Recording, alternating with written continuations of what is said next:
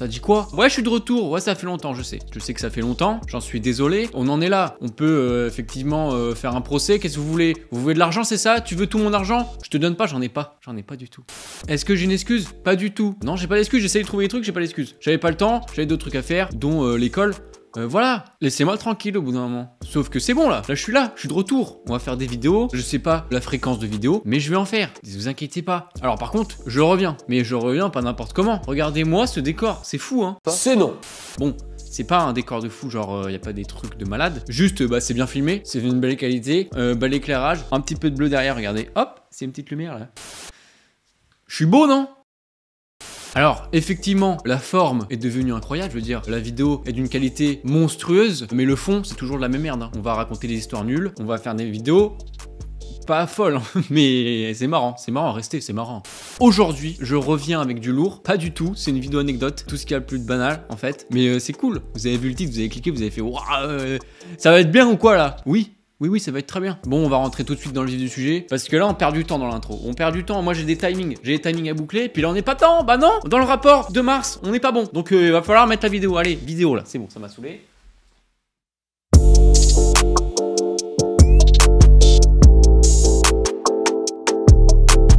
Alors cette première anecdote est déjà plutôt folle, un peu débile. Ça me correspond totalement. Regardez ce visage, est-ce que ça respire l'intelligence? Un peu, abusez pas, un peu.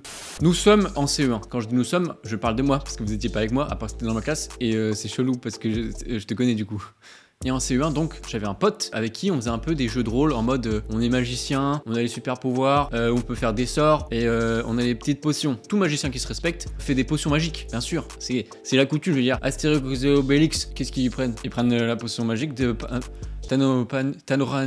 Tadibadix, mange des Twix. Ouais, c'est ça. Et donc, nous, on voulait faire comme lui. Et donc, on s'était dit que chacun, on allait faire notre petite potion magique. Et donc là, moi, qui a 8 ans, 8-9 ans, truc comme ça, tu sens la merde arriver, tu sens que je vais faire des conneries. Je suis pas assez âgé, assez mature dans la vie pour définir ce qui est bien et ce qui est pas bien. Spoil, j'ai fait de la merde. Alors, qu'est-ce que j'ai mis dans ma potion? Il y avait, je m'en rappelle, un petit peu de terre, parce que c'est le terroir, c'est la nature, c'est la terre, il faut bien ingurgiter ça. Il y avait de l'eau, bien sûr, pour que ça soit un petit peu liquide, même si vous le verrez plus tard, il n'y avait pas besoin d'eau finalement. Je m'en souviens pas, mais je pense qu'il y avait d'autres trucs, mais on s'en fout quoi. Sauf qu'il y avait un ingrédient pas ouf, c'était ma pisse. Oui, j'ai mis ma pisse dedans, bien sûr. Et donc toute cette potion magique incroyable, en fait c'est ma pisse, et ben je la mettais dans un tube de colle vide. Parce qu'un tube de colle quand tu le vides, en fait tu peux mettre ce que tu veux dedans, c'est hermétique. C'est fou, ça sert à rien, mais au moins vous le savez. Moi je le savais du coup, à l'époque. J'étais déjà un ingénieur pour faire des trucs bizarres. Mais j'étais un ingénieur. Et donc, je mets ma potion magique, ma pisse dans ce tube, et je reviens à l'école. Voilà, avec mon trophée, je veux dire, c'est ma création, faites-vous plaisir, voilà. Sauf que le petit jeu de rôle s'étendait pas que avec mon pote, c'était aussi avec plein de gens, plein d'autres potes. Et donc ce qu'on s'est dit avec mon pote du départ, c'est que pour faire partie des magiciens, les autres, ils devaient goûter la potion magique, donc la mienne, donc de la pisse. Je fais pas un dessin, parce que déjà je sais pas dessiner. Le mec il veut faire, je sais pas dessiner, on peut pas. Ta gueule. Bref, il y a d'autres gens qui sont en train de goûter la potion magique, de la pisse dans leur bouche, clairement. Ma pisse d'ailleurs. Après, je sais pas ce qu'il y avait dans l'autre potion magique de mon pote, mais ceux qui ont goûté celle de mon pote, peut-être qu'ils ont plus de chance que les miens, parce que les miens ils ont quand même bu de la pisse. Donc là, bien sûr, dans votre petite tête étriquée parce que vous êtes complètement con, vous vous dites que je me suis fait défoncer par ma maîtresse, directeur, machin, tu vois, les adultes quoi. Et je me rappelle que pas trop. Genre, on m'a juste dit, ouais, c'est pas bien, oh, 2 minutes dans le coin, hein. Ça va pas ou quoi? Mais en fait, je sais pourquoi ils étaient pas très sévères, c'est parce qu'ils savaient pas que j'avais pissé dedans. Et que moi qui savais. Alerte psychopathe. Regarde maman, un psychopathe. Ça n'a pas de sens. Pour mon retour sur YouTube, je suis en train de dire que j'ai pissé dans un tube de colle.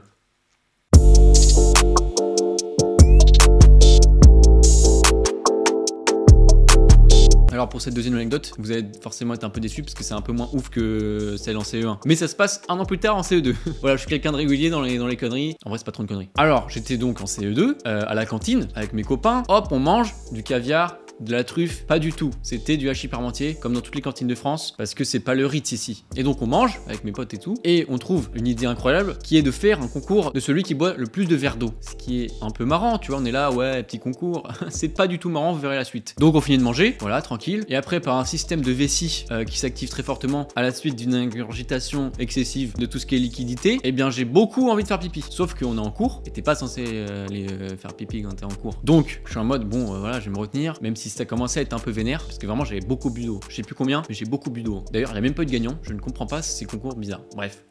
CE2, on est con. Donc j'ai beaucoup envie de faire pipi. Je me dis au bout d'un moment je vais y aller sinon je vais exploser. Je lève la main, je demande à la maîtresse. Eh, y a moyen je vais sep un peu là parce que ça commence à urger un peu, je vais pas te mentir. Elle a répondu non. Connasse, c'est une connasse. Avec du recul, c'est une connasse. Donc moi, je me suis dit, bon, bah voilà, tant pis. Sauf que plus les minutes avancent, plus ma vessie est en train de m'envoyer des signaux en mode, frérot, là, faut y aller, sinon c'est la fin du monde. Apocalypse, tornade, cyclone, hop, réchauffement climatique, c'est terminé le monde. Donc je relève la main. Par contre, là, on est plus dans un mood où j'ai envie de chialer parce que ma vessie, ça fait super mal et bah je chiale d'ailleurs. Donc la prof, elle me dit avec un peu de dédain, oui, bon, vas-y, voilà, quoi, petit con, voilà, sale merde, tu n'auras pas ton bac, j'ai eu mon bac. Y'a quoi? Donc ni une ni deux, je fonce aux toilettes. Dans l'escalier, je fais un salto, bam, j'ouvre la porte des toilettes, il y a un prof de français qui est en train de baiser avec mon prof de maths, je referme, je leur dis c'est pressé, ils se barrent. Hop, après je pisse. Et le pire moment de ma vie aux toilettes, c'est le moment où vraiment ma vessie, elle m'a dit frérot, t'as pas géré du tout, t'as vraiment pas géré, t'es vraiment une merde. Là, je suis explosé. Et donc littéralement, j'ai explosé ma vessie. Je sais pas si c'est vraiment le cas, je suis pas allé à l'hôpital tout ça, mais j'avais très mal. Et tu sais, mon pipi, genre, ça faisait des ça faisait pas comme quand on fait pipi, hop, d'un coup, hop, terminé, bonsoir, non, pas du tout. C'était genre des à-coups comme ça, et tu sentais qu'il y avait un problème. Et voilà, en vrai, j'en rigole aujourd'hui, sauf que je pense que j'aurais dû aller chez le médecin, parce que j'avais quand même très mal. Et genre pendant au moins 1 ou 2 ans après, j'avais beaucoup de mal à me retenir de faire pipi, c'est-à-dire que j'étais une pisseuse, j'avais changé de sexe, le mec pissait tout le temps. Voilà, c'était une vraie angoisse. Maintenant, ce n'est plus une angoisse, maintenant je pisse sur les gens directement, j'en ai plus rien à foutre. Donc la leçon à en tirer de tout ça, c'est quand vous avez envie de faire pipi, allez-y, ou pissez sur la maîtresse. Ouais, madame la grosse pute, ouais, on la connaît, ouais. Ouais, c'est une pute. Voilà, donc 2 anecdotes sur 2 qui parlent de pipi, c'est un plaisir. Je vous jure qu'après on arrête.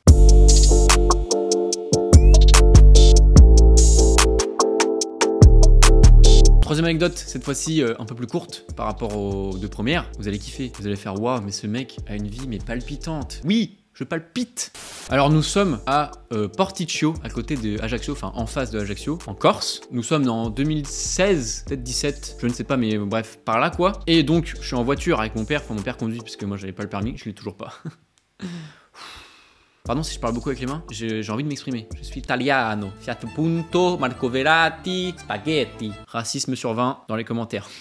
Bref, donc mon père conduit sur une des seules routes de Porticcio, enfin genre la principale où il y a tous les restaurants à côté. Enfin bon, si tu connais pas, c'est pas grave, vraiment t'es pas perdu dans l'histoire. Et donc on roule vraiment sur la route comme ça. Et à côté il y a une espèce de, tu sais, une esplanade de plage, tu vois, genre comme la Croisette, truc comme ça, tu vois, mais version plus petite, parce que c'est pas la Croisette en fait. Je viens de vous le dire qu'on est à Porticcio. Il y en a qui réfléchissent pas beaucoup. Hein. Je vous vois là des gens qui sont au dernier rang. Vous discutez là, vous comprenez rien du coup. Hein. Bah oui, bah voilà, vous avez pas compris, vous avez dit c'est la Croisette ou quoi? Non, justement je viens de le dire.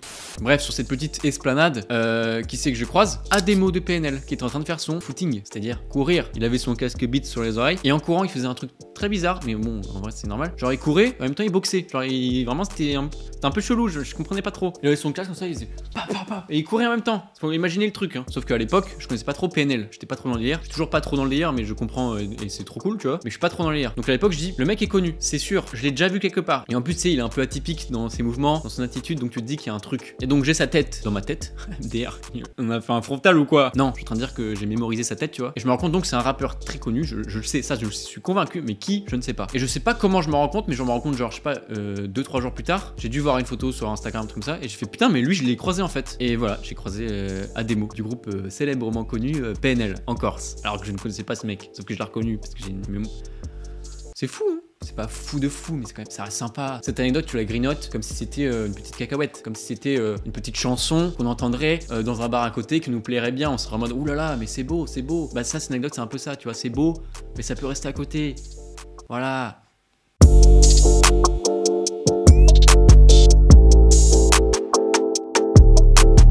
Nous sommes déjà à la 4e anecdote et ça c'est fou. Non, bah non en fait parce que c'est même pas important de savoir, il n'y a pas d'ordre. Pour cette anecdote, on est la veille de ma rentrée en prépa. Spoil, je suis pas resté très longtemps en prépa. Et donc cette veille de rentrée, avec ma soeur et ma mère, on décide d'aller à un restaurant dans la ville où je faisais mes études. Donc on mange tranquillement. Oh là là, qu'est-ce qui se passe? On mange des petites pâtes, on mange un petit Coca-Cola. On mange pas un Coca-Cola, on boit un Coca-Cola.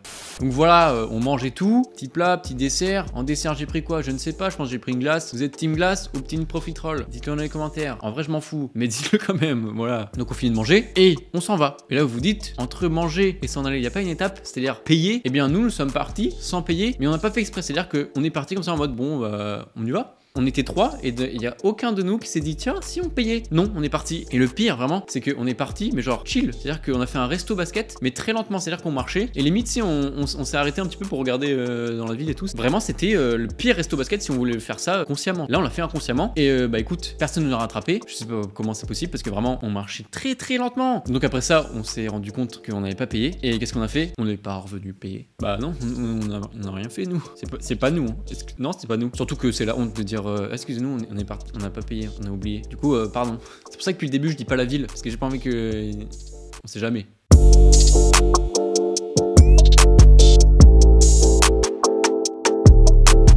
Nous sommes à la 5e anecdote et celle-là va être plutôt courte parce que au bout d'un moment l'autre il raconte sa vie pendant 2 ans. C'est bon, on a compris en fait. Tu nous saoules.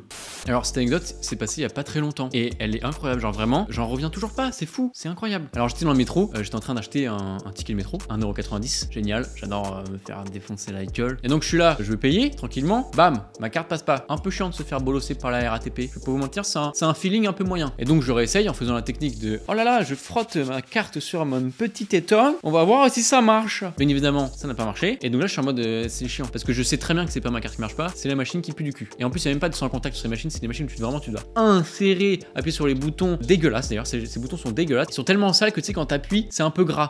Et donc, je galère et tout. Miracle de la vie, un mec me voit galérer et il me dit frérot, je te paye ton ticket. Et là, je suis en mode t'inquiète. Dans ma tête, je suis en mode vas-y tout de suite. Et donc, le mec me paye le ticket de métro, 1,90€ quand même. C'est un peu chiant. Et moi, je suis en mode vas-y, je vais lui donner une pièce de 2. J'en avais pas. Je pouvais rien lui donner en retour. Et le mec trop gentil, il m'a dit non, mais t'inquiète, y a pas de problème, tu sais, 2€, je te vois galérer. Tu sais, on est étudiant et on est ensemble, tu vois. Oui, parce que c'était vraiment genre un étudiant, un mec de mon âge, tu vois, genre trop chill. Bref, donc il m'a payé mon ticket de métro, je passe avec mon ticket, bam. Et donc il se passe ce moment gênant où je suis en mode non, putain, tu gères de ouf, vraiment t'es trop sympa, parce que vraiment, voilà, j'ai envie de te péter le cul, fais-moi l'amour, fais-moi des enfants, genre avec nos gosses s'appellent Grégory et Sébastien. Bref, plein de trucs comme ça, normal quoi, quand voilà.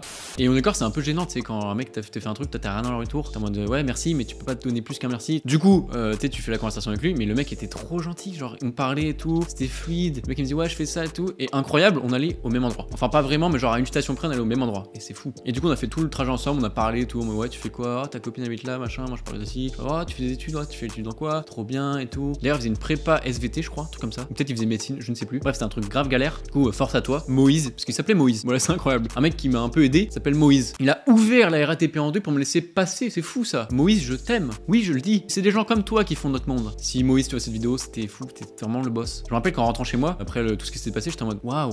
Genre la vie c'est trop bien, les gens sont trop gentils en fait. Et c'est vrai, pour une fois que je vous donne une vraie leçon de la vie, des fois les gens ils sont super gentils, et plus qu'on le pense.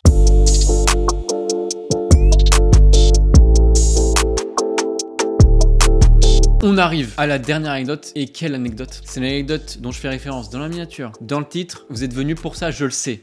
Alors oui, je me suis fait mordre la joue par un inconnu, sauf que je vais vous donner un peu de contexte. Nous sommes, je ne sais pas en quelle année, mais je pense que nous sommes en 2003, un truc comme ça, peut-être 2002. Et donc j'avais 6-8 mois. Donc là vous vous dites, t'avais 6-8 mois, comment tu te souviens de cette anecdote? Eh bien en fait c'est une anecdote qui tourne beaucoup dans ma famille, parce que c'est ma mère qui la raconte à tout le monde, et du coup moi je la connais maintenant en fait. Et d'ailleurs pour cette vidéo, j'ai demandé à ma mère de m'expliquer ce qui s'était passé pour que j'ai tous les détails. J'ai tous les détails. Donc j'avais 6-8 mois, et à 6-8 mois tu fais quoi dans ta vie? Rien à part faire caca et dormir. Sauf que ma mère elle travaille, donc elle a pas le temps de s'occuper de moi. Donc on va où? À la crèche. Oui mes parents ils travaillent, contrairement à ton père le chômeur. Donc un jour à la crèche, je vis ma vie comme ça, ma vie de mec qui a 8 ans en mode voilà, normal quoi, on est là. Et donc, truc un peu pas très gentil, il y a un mec qui me mord la joue. Vraiment, il me mord comme ça là. Paf, il me mord la joue. Et donc, bah ce mec là qui me mord la joue se fait punir, bien sûr, parce que oh, ça va, on mord pas les joues des gens. Sauf que l'anecdote s'arrête pas là du tout, vraiment pas. Parce que le mec du coup s'est fait punir, donc je sais pas, au coin, un truc comme ça. Parce qu'on fait pas ça aux gens, genre on mord pas les joues aux gens. Sauf que pendant qu'il était puni, il s'est dépuni et il est revenu vers moi, il m'a remordu la deuxième joue. Ce n'est pas une blague, genre vraiment. Il s'est dit, j'ai pas fini mon 4 heures, faut que je finisse mon goûter. Je suis son goûter. Donc toi qui m'as mordu la joue en 2002, je te retrouverai. On va se battre parce que c'est pas gentil, on fait pas ça aux gens en fait. Je pense qu'aujourd'hui t'as le même âge que moi et je peux te dire qu'à la bagarre je te défonce. C'est pas vrai, je te fais rien. Limite je te fais un petit bleu là quoi. Après tu fais oh putain j'ai mal. C'est tout. Ce qui est marrant de ouf, c'est ce que ma mère m'a raconté, c'est que la meuf qui nous gérait, genre, enfin qui était responsable de nous, elle était trop gênée de me redonner à ma mère, tu sais, à la fin de la crèche, genre le soir, parce que vraiment, j'avais encore les marques de genre violettes de 2 morsures sur les joues, genre. Et du coup, elle était grave gênée. Et ma mère, elle a vu ça, elle fait, mais c'est quoi cette crèche là-haut? C'est des loups ou c'est des gens? Bref, tout ça pour dire que les crèches, c'est dangereux. Non. Pas du tout, il y a que moi qui ai un mauvais souvenir de la crèche. Bon bah voilà, j'espère que ce retour vous a fait plaisir, vous avez kiffé, vous avez rigolé, vous avez appris plus sur ma vie de merde. Oui, parce qu'effectivement, avoir ce genre de péripéties, ça donne quand même une vie de merde. À part le truc du métro, ça c'était fou, j'avais envie de chier de bonheur. Je fais souvent ça. Hein. Bref, si vous avez kiffé ce retour, abonnez-vous s'il vous plaît. S'il vous plaît, je vous le demande, abonnez-vous parce que ça fait trop plaisir, genre. Et partagez-moi ça, genre faites que ça soit planétaire, que ça soit sur BFM TV demain. Voilà, j'ai envie de faire le buzz. Pas du tout, j'ai pas envie. J'ai pas envie qu'il y ait... Il se fait mordre par un inconnu à la crèche. Notre système de crèchère, ça va ou quoi? Bref, mangez la vie comme si c'était un kiwi, comme ça, là, avec une petite cuillère. Et faites-vous plaisir. Au revoir. Je suis focus, là? Oh, j'étais focus, je crois, hein? Non? Si. Let's go. That's right.